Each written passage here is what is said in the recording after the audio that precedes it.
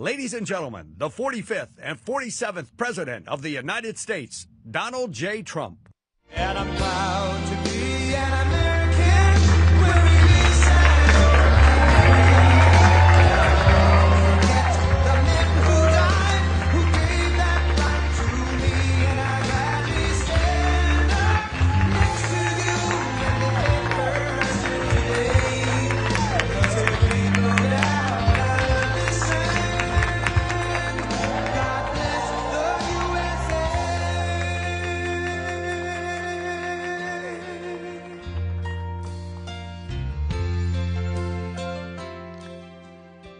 I actually hate to turn that that beautiful song off, but let's get to business, right? And I want to congratulate you that you are with an incredible company, and I'm thrilled to be here with the men and the women who are really the heart and soul of one of the greatest, most admired, and most successful companies in the history of the world, frankly, the one and only McDonald's. I've gone there a couple of times. And I'm honored to stand before you as the very first former McDonald's fry cook ever to become president of the United States.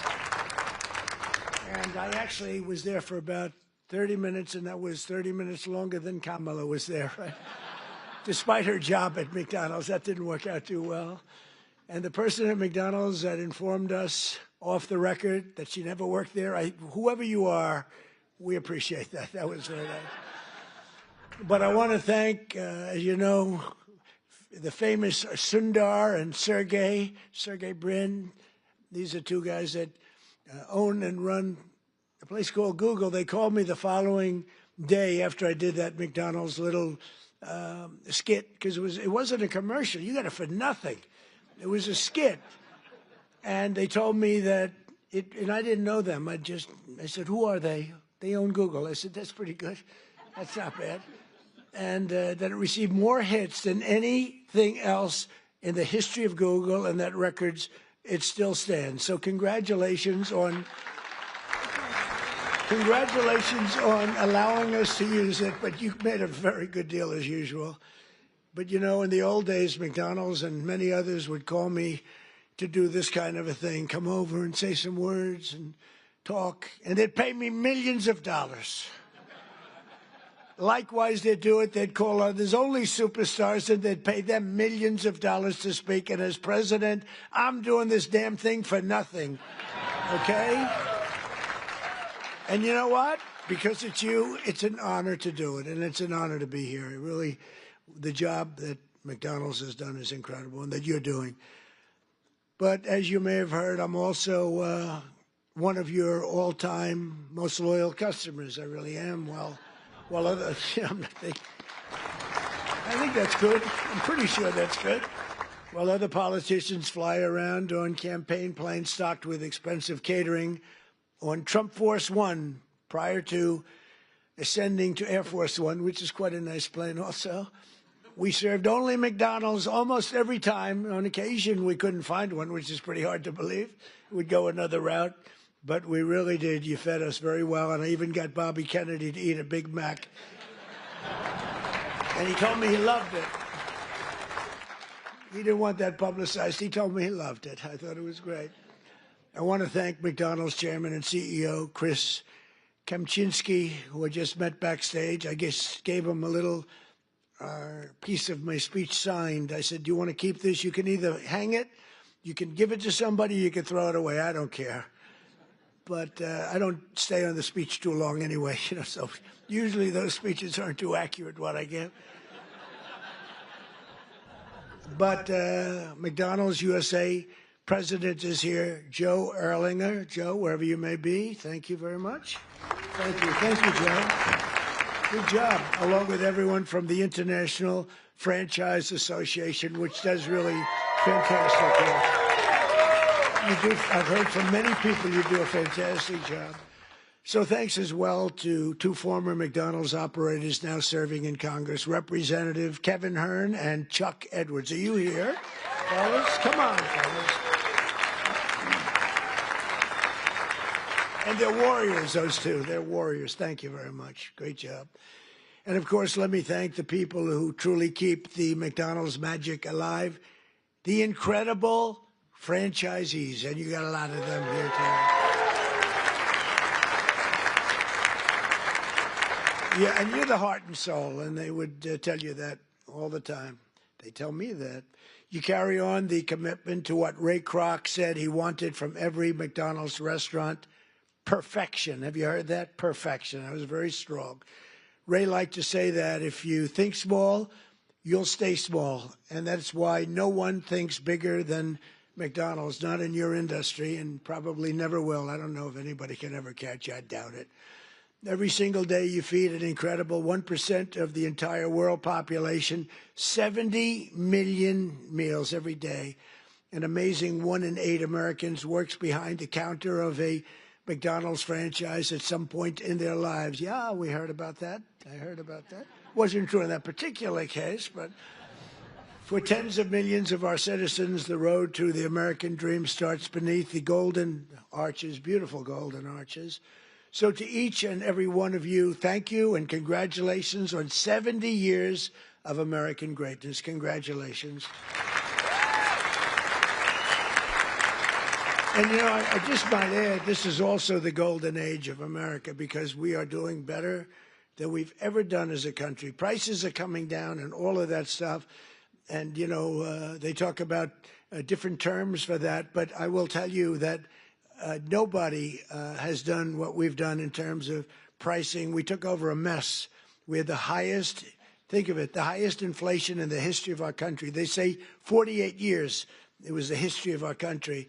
And now we have normal inflation. We're going to get it a little bit lower, frankly, but we have normal. We've normalized it. We have it down to a low level, but we're going to get it a little bit lower. We want perfection. You know, you always want 1%. I don't know if anybody knows. You don't want zero. Zero can be bad. Then you start going the other route. That's no good either. Then you say, what's worse, deflation or inflation? But we have it almost at the sweet spot, and prices are coming down on different things. One of your groups that you admire, I admire, Walmart, came up last week, and they announced that Thanksgiving this year is 25% less. All of the accoutrements, that Thanksgiving is 25% less than it was last year under Sleepy Joe Biden. So that's a big statement, and others have followed up by saying just about that. And to your leader, when we met, I said, how are you doing with prices? Prices are coming down. He said, we were up 40% because of Biden and inflation, and they're coming down, and they're coming down rapidly. So I hope that all continues to go, but we're really doing well as a country. Most importantly, however, I will tell you, big picture, we have over $17 trillion being invested in our country in 9 months. It's now just about ready to crack 18. And by the end of 1 year, we will have about $20 to $21 trillion invested in our country. That's more by 10 times the highest amount ever invested in any country ever before. And it's largely because of tariffs and, I think, November 5th election. But it's the largest amount. As an example, so if we have 20 or 21 in 1 year, 21 trillion, think of what that is. That's car factories, that's AI, it's everything. They're all coming back because of the tariffs. They're all coming back because they don't want to pay 15, 20, 30, 100% tariff. It wasn't that complicated. People are saying, you know, Trump was right. It really wasn't that complicated, but it's been amazing. As an example, if you take me at 20 for 1 year, Sleepy Joe Biden, you know what he was? Less than 1 for 4 years. And if they got elected, they would have been at minus 10 because people were moving out of the country in record numbers, and welfare and other charges were increasing at levels that nobody has ever seen before. So you would have had double and maybe 50%, maybe literally more than they've ever seen. Welfare was going up. Everything was going up. Government jobs were going up. Real jobs were going down. So you would have had that catastrophe, and on top of it, instead of 20 trillion coming in, you would have had 10 trillion leaving our country. In other words, you would have had a catastrophe. You probably would have had a bankrupt country. You are so damn lucky that I won that election. I'm telling you. It's actually true. I hope the press covers that. You know, sometimes he got up and he ranted and raved and bragged. I don't brag. I just give you the facts. It's true. But those in this room know the people of our country better than anybody. And before the sun rises, you're up serving hot coffee to construction workers, nurses, and police officers on the way to the job. In the evening, you stand ready with the fast dinner and a smile for busy moms and their children as they race from school to soccer practice. Really is. It's Americana. And late at night, your lights are often the only ones still glowing when the long-haul trucker pulls up for a good meal and a best Coca-Cola in America. Best Coca-Cola. Whoa. And I'll bet they use real sugar in your Coca-Cola. You know, they didn't in the United States. I said to the head of Coca-Cola, you got to go to sugar. They do in other countries. And you know what? They went to sugar. Isn't that nice? I said, you got to go to sugar. Just like I said, why is the Gulf of Mexico called the Gulf of Mexico? I said, we're changing the name. And now it's the Gulf of America. It has nothing to do with McDonald's, but maybe it does. Because it's very nice cycle. We have 92% of the shoreline. They have 8%. I wouldn't say I made a lot of friends in Mexico, but they still like me. Wasn't that a good change? Seriously, wasn't that beautiful? And it was done in an instant. You know, it's like, normally you think a thing like that would take years. This took like 10 minutes. I asked somebody, good lawyers in my office, I said, would I be able to change the Gulf of Mexico? Is that possible to the Gulf? Sir, it's been that way for 350 years. You know, they were here 100 years before us. We're 250, they were 350. It's been called the Gulf of Mexico, sir, for 350 years. I said, that's not the question. Am I able to change it? Yes. What do I do? Just give us the order and we'll do it. And I did, and we changed it, and everybody's happy. Well, not everybody, but most people. Most people are happy, but it's great prestige for our country. You know, it's tremendous prestige for our country. And that's good for McDonald's, and that's good for everybody else. As president, I want you to know that I'm fighting every day to support small businesses like yours and the citizens that we all serve. And together we're fighting for an economy where everyone can win, from the cashier starting her first job to a franchisee opening his first location to the young family in a drive-thru line. I've been on that line many times. Actually, that line was incredible in the commercial, right? It wasn't a commercial. It was about, but they have the line. The people had no idea. So I made the French fries. The guy was really good. He had a great wrist. He was, sir. He was going like, sir. Yeah. It was not that easy. But I got it sort of finally. Not the greatest, but I get it, pouring it in.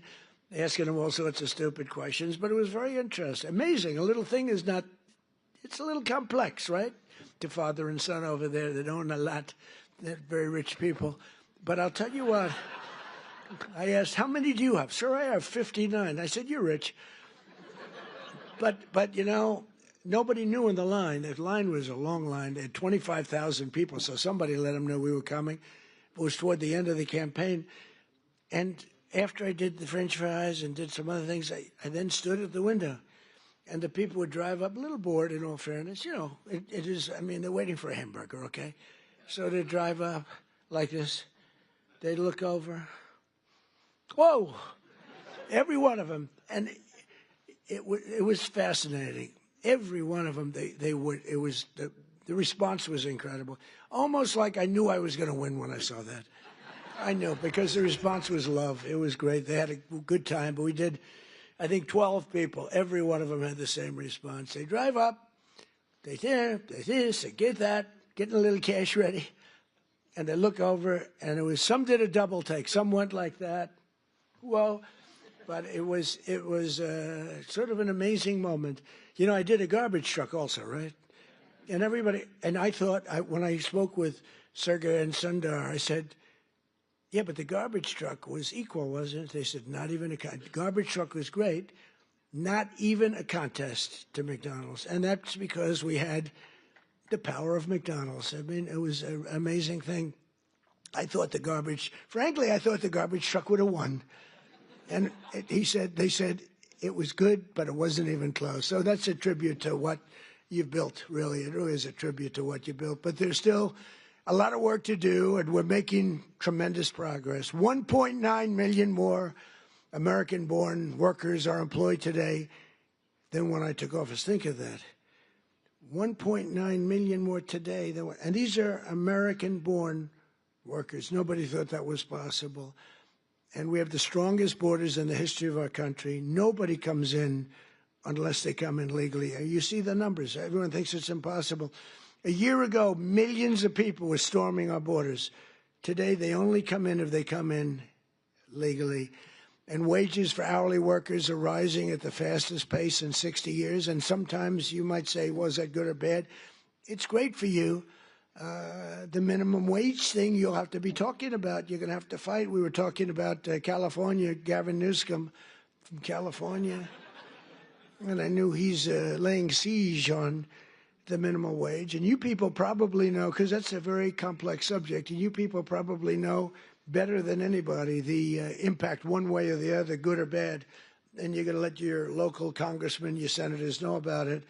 But in 9 months, we've lifted over 600,000 Americans off a food stamp, and that's a record. And in stock, because we really have a strong economy. I mean, we're building thousands and thousands of factories all over this country. Wait till they open up. You're going to see something like I think like we've never seen before. You know, we lost our auto industry. 54% of our auto industry left for other places over the years. And I think we're going to get it more than all back. They're coming in from Mexico, from Canada, from Germany. They're coming in from Japan. We made a deal with Japan, $650 billion. We never got anything. We made a deal with the European Union, $950 billion, and they have to buy our oil and gas and many other things. And I want to say it's good for everybody, all that. We made a deal recently with China, where they buy our soybeans, but it's hundreds of billions of dollars. And it's incredible what's taken place in our country. The world was laughing at us like we were stupid people. They're not laughing anymore. They don't laugh at us anymore. They respect us now again, and that's what we want. We want to be liked. We want to be respected, much more so than being liked. And, you know, in a certain way, they like us better now, too. They respect us, but they like us better now because the world was ripping off our country. Not sustainable, not even sustainable. China was making $722 billion. Think of that. Not million. 722 million's a lot, isn't it? $722 billion. They built their military with the money that we gave them over the years. And in my first term, we had a great first term. The most successful economy we've ever had in my first term. This is going to blow it away. This is blowing it away, to be honest with you. It blows everything away. There's never been a time like this, and you're going to see the results, you know, pretty quickly. But in stark contrast to the previous administration, 100% of all new jobs created in America under my administration have been created in the private sector. Because, you know, we are trimming out government jobs. You can't have, you know, what they do is they give you phony job numbers in a lot of ways, but they'd hire 100,000 people, and all of a sudden it looks like they're doing well. They're not doing well, because those are jobs that they hurt our country. If those jobs can be in the private sector, paying taxes and all the other things, it's a big 100% of the jobs that we put in have been, think of that, are in the private, come from the private sector. In my first term, we built the greatest economy in the history of the world. And now we're doing it again, but this time it really is, as I said, much stronger, much better. I think it's going to be something that nobody has ever seen before. My pledge to every family and every small business is that I will not rest until you are richer, stronger, more successful, happier, till you've gotten a piece of the American dream. Some of you in this room have really gotten a piece of it because you made a great decision to go with a great, great company years ago. And it's really pretty amazing. That begins with making America. We have to do, the word is affordable, and affordable should be our word, not theirs. Because the Democrats got up and talked affordability, and they don't say that they had the worst inflation in history, the highest energy prices in history. Everything was the worst. What they're great at is lying. They say, affordability. This stuff was all much more expensive. We have a couple of items like coffee, which is a little high. We're going to get that down. You saw that today. The coffee comes down. Remember when I first took over? Eggs. My third day in office, I have a news conference, and the fake news media was screaming at me, Mr. Congressman, about eggs. Remember that? I'm standing there very innocent. Oh, hello. Do you have any questions? What about eggs? What about them? They're up 4 times. I said, look, I just got here. I'm sorry. And Brooke Rollins and Department of Agriculture did a phenomenal job. And they said, don't order eggs for Easter because you won't be able to get them. And they said, we have a big Easter egg hunt at the White House. It's sort of a thing that has gone on for 100 years. They said, could you order plastic eggs? I said, I'm not ordering plastic eggs. We're going to have eggs down by that time. And by the time we got to Easter, the price of eggs had fallen precipitously. We had all the eggs in this country you want. And we know what we're doing. I mean, we know what we're doing. We rebuilt our military. We have the greatest military anywhere in the world. We make the greatest military equipment anywhere in the world. And everybody knows it. And everybody knows it. And you saw that with the way we took out the nuclear capability of Iran with those gorgeous B-2 bombers. They flew in there and they wiped it. And the word was obliterated. Remember when CNN said, well, it might not have been obliteration. Think of the pilots. They go in there, they're under fire. I was watching this from the Situation Room, and you get to see things in situations that you wouldn't believe. And they said, sir, they have entered Iran airspace. All of a sudden you see much faster. Then you see them going down at the whole thing was crazy. I actually said, do people really want to do that for a living? They're waiting for them, but the equipment is so good. The B-2 bomber. Stealth. They never saw them. They never saw them. I mean, it's the most amazing thing. And I honored the pilots at the White House. I had them brought in, along with mechanics and a lot of other people. We brought them to the White House to give a little celebration because they flew 37 hours flawlessly. Now compare that to the Jimmy Carter Iran situation with the helicopters crashing and the this and the, oh, what a horror, and the hostages. And I said, we can't let that happen, but we have a great team. General Raisin Kane is unbelievable. The whole group is unbelievable. And they went in, and I brought them into the White House, and I brought them then into the Oval Office, the pilots. And we met them, all handsome. They look like Tom Cruise. They really do. I don't want to be a wise guy and say, but taller. I'm not going to say that. No, they're perfect specimens. I mean, these guys are like from a movie. I could take everyone, put them in a movie. And I said to him, so what's the story with that raid? Did you expect, because you remember I pulled it back? Because I saw reporting that we're going to be leaving at a certain time. And I said to the general, is that not good that they think that? And they sort of got it right. They saw a lot of activity. Actually, you know why? They saw one of the things. They saw a lot of unbelievable activity going on at the McDonald's next to the base where they take off. The McDonald's was doing 5 times. They were going crazy. So they say, there's something going on over there. The biggest activity that McDonald's had ever had. And it was a nice story, how well it's doing. But that was not a good story for us. So I canceled it and then I announced we're canceling it. And the pilots said they were devastated. Then I put it back at the exact same time because that was the only time they weren't thinking would happen. And we left exactly in time, but that was after canceling it 2 days before.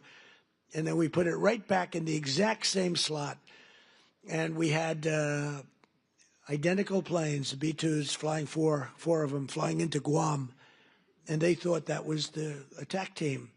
And they were watching those planes in Guam, going to Guam, and that was not the planes that we had. But think of it, they flew both ways 37 hours without a sputtering of a bad engine, without any problem.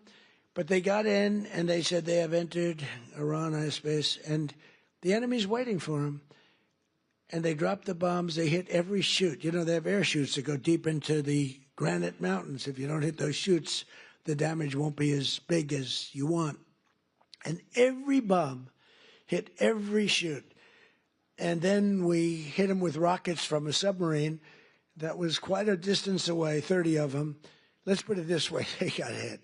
and it totally took out the nuclear capability. And I said to these guys when they came in to the office, I said, do you guys like doing this stuff? You know, they said, sir, it was the greatest day of our life. Can you believe this, Congressman? It was the great, I mean, they're like heroes. They're like American heroes. Who the hell wants to sit, you know, those ships are very big, but they're very small when you're up way high, going very fast. And he said, it was the greatest day of our life. And they told me something that I didn't know. They said that, sir, do you know, we waited 22 years for this, our predecessors and us. We would practice this run for 22 years. I didn't know that. For 22 years, we had to practice. We'd do it 3 times a year. We would practice this exact run. And then when you cancel it, because I canceled when they heard that we were coming, we were devastated. I said, see, now if I were a flyer and they canceled, I'd be extremely happy. Well, we're canceled, so let's forget it. But we were devastated. So I said, this is something you really love, right? Yes, sir. We were so honored. This was the greatest day of our life. I mean, it's really great. We just have incredible people in this country. It's an amazing story. And they hit, and then they said, skedaddle, the word skedaddle. And that plane went like this. You know, when it drops a bomb, it goes down very steeply because that gives it a better angle and, you know, more speed for the bomb. Very, very heavy bombs. And they go, boom. And as soon as those things, the one pilot, the first one said, skedaddle. And that thing just turned in its side. And it's so unbelievable. And that knocked out Iran nuclear capability. And all of the Middle East became a different place. And now we have peace in the Middle East. And at the United Nations today, they approved the Board of Peace, which is I'm going to chair. And we're picking the leaders or the heads of the most important nations in the world. I think it'll be a board like no other than perhaps the McDonald's board. You have a very good board. You actually have a very good board. But nobody thought a thing like that was. This just happened today. The Board of Peace, and it's going to be comprised of myself and leaders of other very important nations and very respected nations. And it's going to be something I think is going to be very important. It was just approved. It was just endorsed by the United Nations. It was pretty great. It's a big thing. I think it's one of the most important things the United Nations will ever do, actually. But Joe Biden's prices and his hikes cost a typical American family an estimated $33,000 and hit your workers and your customers and your small businesses. Very, very hard. The Biden administration started the affordability crisis, and my administration is ending it. I'm ending it. Prices are way down. If you just look, so we don't have, as I said, the inflation, but our energy prices are way down. And, you know, despite hamburgers being a big business, energy is one business that's bigger. When you get energy down, everything else is affected. If you start bringing the price of gas, that's like a massive tax cut. And they were selling, you know, they were having gasoline at $4.75 a gallon and $4.50, $3.50, $3.75. We're going to be able, it looks like we're going to be able to hit $2 a gallon in the not too distant future. But let's say we're $2.50, $2.70. Other than places like California, that's not fair because they put so high a tax on that you're really paying a lot of that price is the tax that you're paying to government, which is horrible, actually, what they do. But the price of gasoline and the price of energy is way down. So when energy comes down, you make the donuts, you make the chicken, you make whatever you're making. Everything is all about energy. You have to deliver it. You have the trucks. You have the fuel. When energy comes down, and it's come down fast, we had an expression, drill, baby, drill. And I drilled, baby, drilled. I tell you, we drilled. And last month it was announced we produced more oil and gas than any time in the history of our country by far. And when you do that, everything comes down. You don't even have to look at the numbers. And it's all beautifully coming down. And as per your chief executive and your chairman and everybody else, they tell me the prices at McDonald's are coming down. It's moving down. Unfortunately, they were so high in the last administration that people aren't that happy because it was so high. So even though it's coming down and coming down a lot, they want to see where it was, like when I was president, and we'll be getting it very close to that number, maybe even better, depending on what we do with energy, but the energy's coming way down. In the 9 months since I took office, we've stopped inflation in the tracks. Since January, the core inflation has been the lowest in just about 8 years, just changed. It was 4 years, now it's 8 years. It just changed about an hour. They just said, sir, if you want, we can rewrite the speech. I said, no, I can remember it very nicely. Thank you. I'm not Biden. In the past 6 months, the price of breakfast items has fallen 14%. Bread prices are down. Dairy prices are down. And the price of eggs has declined 86% since March, and much more than that since when I took over. Because when I took over, it was an egg crisis, as we said. And I want to give a very special thanks to McDonald's for slashing prices for your most popular items, bringing back extra value meals, and I hear you're recommitting to the affordable options of Americans that we really know and love, all of the items that we love. And I hear that McDonald's is playing a very big role in that. We're getting prices down for this country, and there's no better leader or advocate than McDonald's. And I believe the nenext time maybe I'll have to be back here again next year if you get them down enough, okay?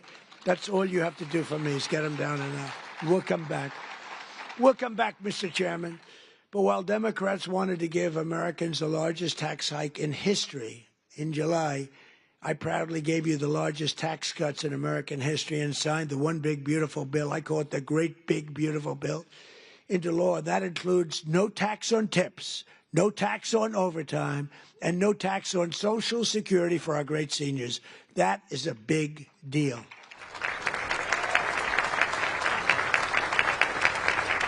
So the great big beautiful bill is the biggest piece of legislation ever passed in our country's history. It gives expensing to you as owners, where you do something, you can expense it, you can take it off in 1 year instead of 38 or 40 years. It gives you so many things. And I'm not giving it to you, I'm giving it to the people that you're hiring, because I'm giving it for jobs.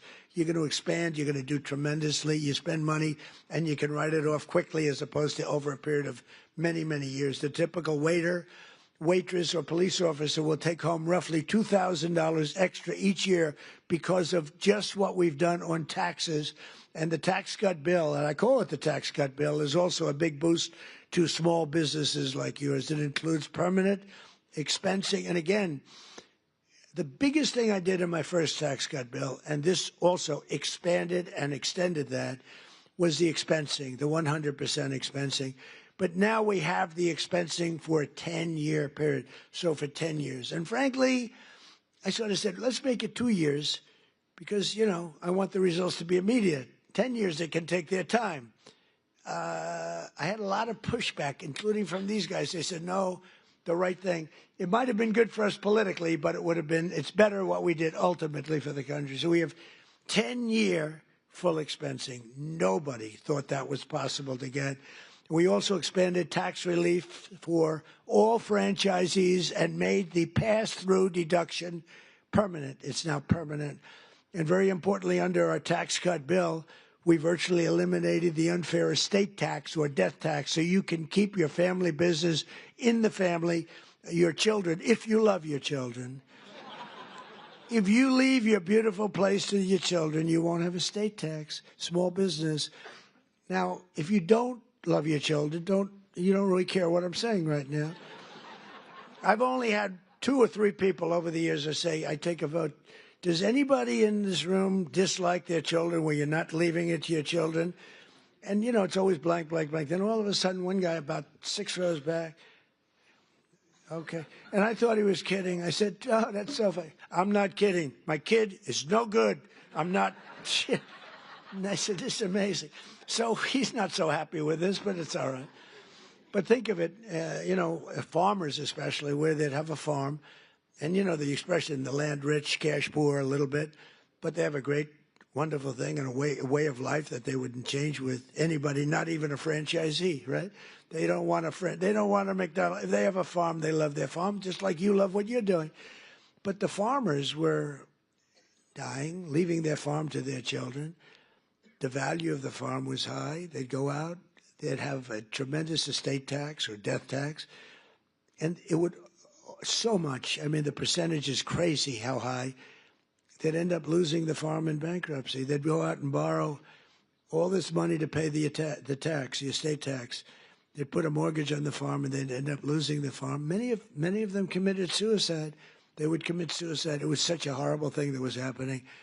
And we've ended, think of that, the death tax, the estate tax on the small businesses. So I hope you're around for a long time. You don't have to think about it.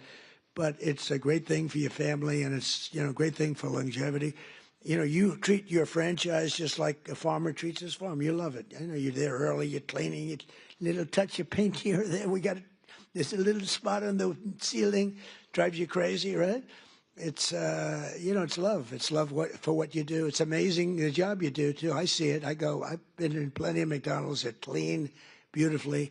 You must have some awfully good incentives because they are really amazing places, the job that's done. But upon taking office, I signed an order requiring that for every new regulation, 10 old job-killing regulations have to be eliminated. So if we put in a new regulation, then we get rid of 10. Otherwise, you don't get the new regulation. And, we got rid of the drip water. We call it the drip, where drip drips out of the sink. States with tremendous water, so much water, they have nothing but problems getting rid. They had restrictions on water. It comes down from heaven, right? They had restrictions on water. So you want to wash your hands, or like me, I want to wash my hair. I lather up. Then I turn that, and there's no water. The water's drip. They put a restrictor on. I won't mention the third item in the bathroom because I always get criticized. I used to mention that, but I don't mention it anymore because you know what I think you do. If you don't know what I'm talking about, then you shouldn't be owning a McDonald's franchise. You wouldn't do well even with a McDonald's franchise. But no, the water restrictions totally lifted. All restrictors are gone. And it's interesting. Your dishwashers were covered, right? You had no water. I was with some of the people that make them, Whirlpool and others, and they said, sir, they won't give us the water to use in our dishwashers or use in our washing machines. The washing machines have no water. I mean, it's like a glass of water, half a glass of water. We need water. And I said, how bad is it? He said, well, like the dishwasher. They put the dishes in, and they just keep pressing the button, they end up using more water. So I gave them, as you know, unlimited water. Biden came back with a rigged election, and he immediately restricted the water again. But I came back in and immediately unrestricted again. So now you have unlimited water to clean your damn dishes, okay? And other things. Your hands. Didn't you hate that? You walk in to wash your hands. I'm a big hands guy. I like to wash my hands. I used to hate shaking hands. Now, once you run for office, you better like shaking hands or you got a problem. You ever see a politician? No, I don't want to shake hands. Can you do that? I don't think you wouldn't be a politician very long. I actually thought that with COVID, that would be the end because, they didn't want you to shake. I said, well, but then it came back a little bit slowly, then eventually. But when you're a politician, you have to shake hands. So I like washing my hands. And you'd go into the sink, new places generally. And you turn on the water, and there's literally no water. And how about the places that think they're going to save a fortune, so they spend a lot of money, where the water turns off there. You press the thing, which you hate to do, your hands. You don't like to press. So you get the towel, you press it, you wash it, and the water stops. So they have both a restrictor and a stopper. You get like 4 drops of water. Tell me, do we really get rich with that? Okay, do we really? This is so ridiculous. So I undid all of that nonsense. But we did much more important for you. We've rescinded the insane Biden energy regulations on ovens, cooktops, microwaves, and ice makers that were driving your costs through the roof. You have no longer restrictions in that. I hope you understand. But I did better than that, too. In terms of slashing, we slashed more than $1 trillion worth of regulations, burdens on the U.S. economy, in particular on businesses and people that employ people. Combining our regulatory and tax cuts, we've reduced the effective burden on franchisees by more than 37%. You're so freaking lucky. You are so lucky. These guys are so loaded, they probably don't even know what I did for them. They make so much money. They say, yeah, it's peanuts, 37%. Let me tell you, you should have suffered a little while through Kamala. The good news is she had no clue. You just wonder, I want to give an IQ test to Kamala and Biden. Who do you think wins? But they were destroying your businesses. But I have better than that, though. As you know, in my first time, I also stopped a mortal threat to the franchise business model by terminating Obama's infamous joint employer rule. Joint employer. In other words, you were screwed. You would have been mortally wounded, perhaps. I said to a couple of the people, what would have happened if that? Sir, please, I'd rather not talk about it. They don't want to talk about it. I ended it. You got lucky on that one, let me tell you, because I said, really, I asked one of my guys, because when I was coming over, I saw that in the speech. I said, what does that mean? He said, that would have been death to businesses like yours and others. It was just, these people don't care. They didn't care. But I ended it, and I think that's one of the biggest things that you'll ever have done for yourselves. I think that's the biggest thing that it can ever be done for you. We mentioned all these different items, but that's the biggest by far for you. As long as I'm president, I'll always defend your right to run your own small business and do it well.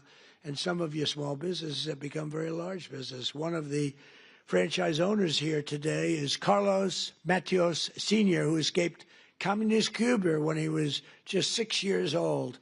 In America, Carlos took jobs as newspaper delivery boy, a factory worker, and eventually became a New Jersey police officer. Then, in 1998, Carlos switched careers and moved to Virginia, where he took over his first McDonald's. Where's Carlos? Is he around here? Let me see. Come on, stand up. Stand up, and your son too. Stand up, your son. Good-looking son. I met him backstage. He had a knack for turning around poorly performing restaurants, and today his family owns nearly 60 McDonald's all along the East Coast, including at the Pentagon, where I've ordered numerous Big Macs. Right? In fact, he served when the great football team came in. They served McDonald's, and you'd have these guys walking out, the biggest human beings I've ever seen. They were the national champs, right? Remember the team? Who was the team? Remember the team? He said Clemson, that's right. And these guys, I don't know, they were, like 6'6". What do you weigh? Sir, I weigh 392. I said, but you reported it much less. Yeah, that's what they say. But and he'd have like 12, just each. And I thought he was bringing them back to the rest of the team. I said, that's nice, but maybe the team wants them. No, this is what I said, are you going to eat all of them? Yes, sir. He didn't even know what I was talking about. But you served it, and you did a great job. In 2019, when we hosted that great Clemson Tigers at the White House, I literally brought dozens of Quarter Pounders from McDonald's. We bought the whole thing. We bought the Quarter Pounder. We bought actually just about it. Well, he really had no choice because he just took everything he had in the whole restaurant. We got whatever the hell, probably whatever didn't sell, we got, right? But Carlos is here with Carlos Jr., his son, who started as a cashier and now runs dozens of the restaurants. Congratulations, fellas. What a great family. Congratulations. So in conclusion here tonight, carry on and really just keep going and inspiring that legacy and that pride that you have at really beyond almost all else. It was excellence and service, stretching back more than 7 decades to when 2 hardworking brothers with a hamburger stand in California partnered with a hard-driving entrepreneur from Illinois to revolutionize the restaurant business forever, like nobody had ever seen. Because of men and women like those in this room who have pride in your souls, love in your hearts, and ketchup in your veins. Did you ever hear that one? 70 years later, McDonald's is the #1 fast food restaurant in the entire world, and honestly, it's not even close. What a job you've done.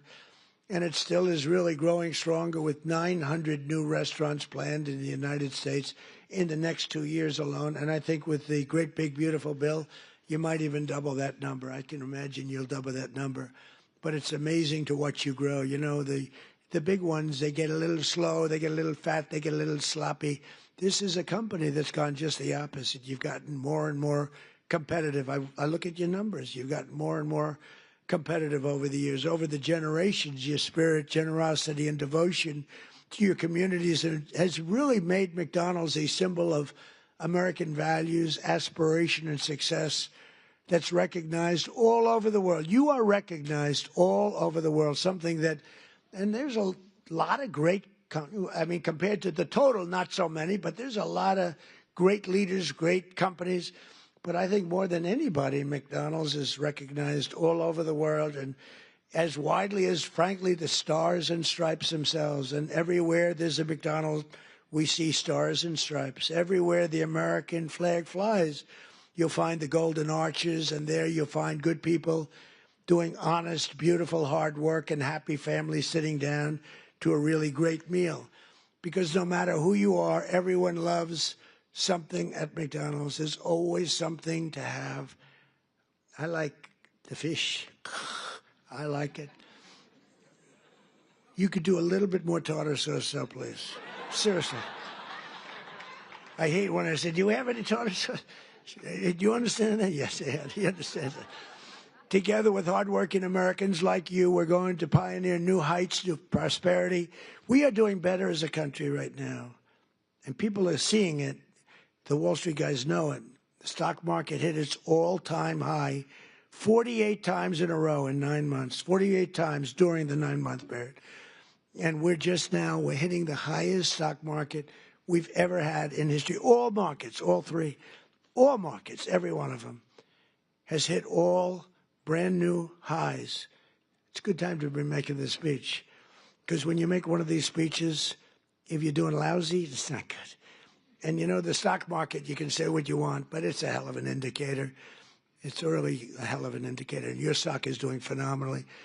But the stock market has hit an all-time high 48 times during the last 9 months. And we're going to pioneer new heights even from that. These new heights of prosperity are going to be incredible. We're looking at affordability. We're going to bring it down for everybody, because not everybody understands the fact that a great stock market is great for everybody, including 401ks. You know, the 401ks hit the highest number that they've ever been 2 days ago. And that's a lot of people. So they understand what's going on. And we're going to make the American dream two words that you didn't have.